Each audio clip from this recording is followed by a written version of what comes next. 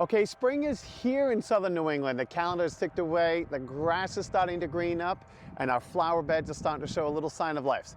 Customers are starting to get outside, look at their yard and landscape and say, what do I need to do and where do I start? Let's talk about what's going on in your gardens. Let's talk about what's going in your lawn and what you should be thinking about doing right now.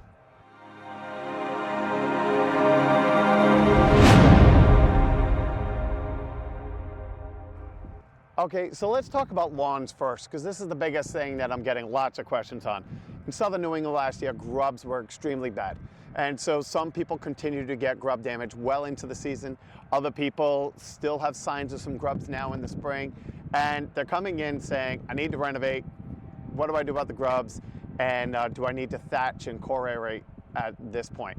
So first of all, if you have grub damage and you're losing portions of the lawn, then yes, absolutely, go and treat those grubs now, because if not, you're going to continue to lose lawn and they're going to damage it up. And at this time of year, but keep in mind, the grubs that are in your soil now are kind of big fat grubs.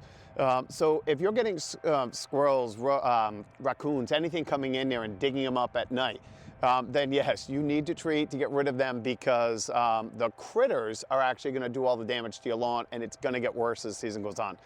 So yes, use a contact killer, get rid of those grubs now. If you did not have a bad problem and you're just digging around and you find one grub or two and your grass looks like this, don't waste the chemicals. Those grubs are going to be leaving in May and starting the cycle over again next summer. So no need to waste chemicals now trying to get rid of them if they're not doing any more damage.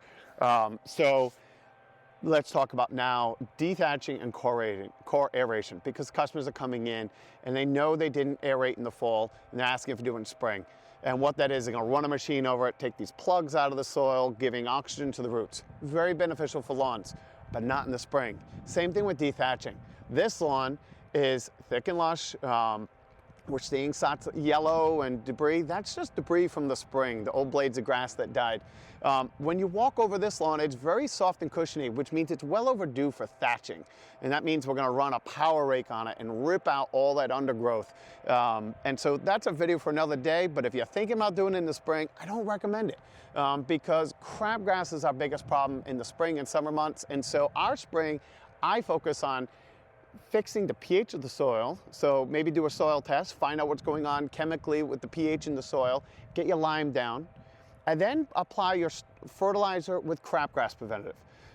Timing for that, for those who are used to doing it, it's historically called your stage 1 for a reason. It's the first application in the spring. It's a little early yet.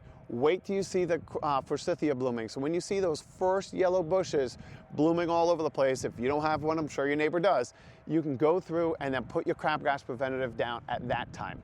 And so that's all we're doing in the spring. Focus on killing off any weeds. If you have a brown patch in your yard that's completely dead, maybe it was grub damage or you had something parked there, snow damage, then yes, you can repair those areas in the spring.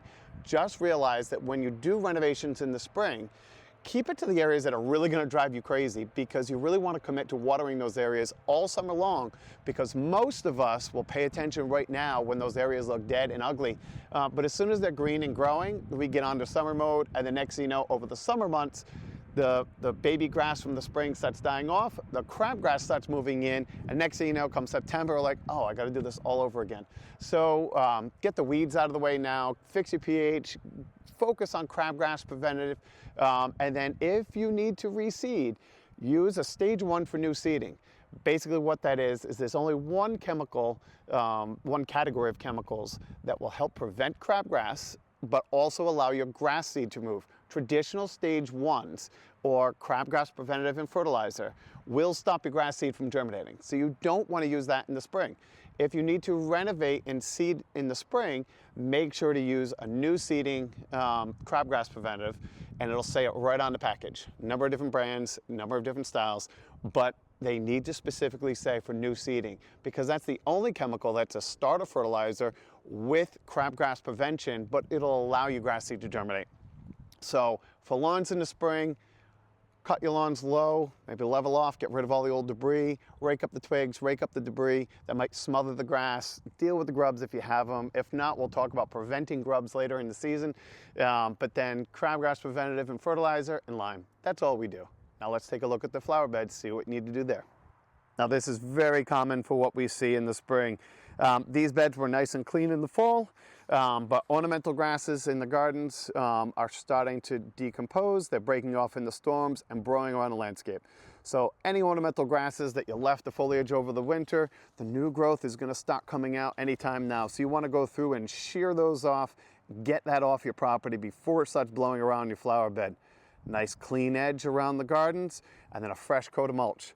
Now, one thing we do on all the gardens is not just clean them up, but clean them, give them a quick weeding, then go through nice clean edge.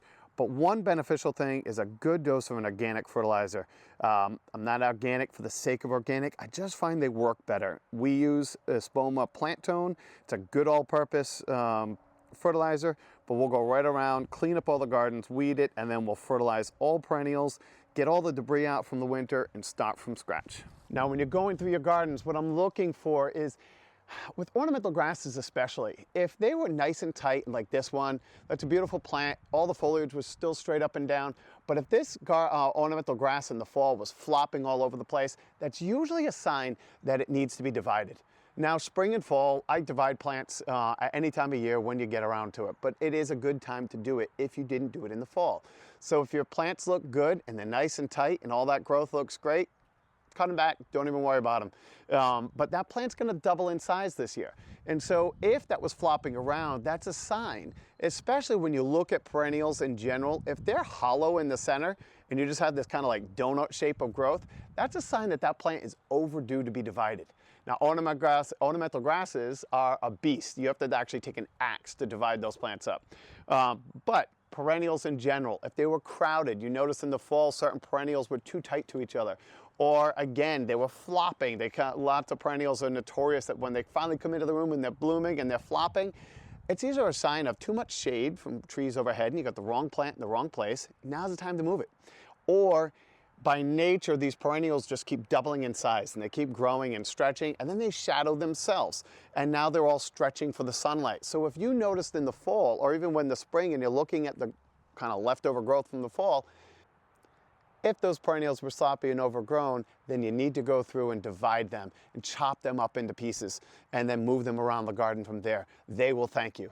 Then when you go through and put in your organic fertilizer and you kind of fertilize everything, Mother Nature's going to kick in. You're going to enjoy your plants. So just to kind of recap, the lawn isn't that far from the gardens.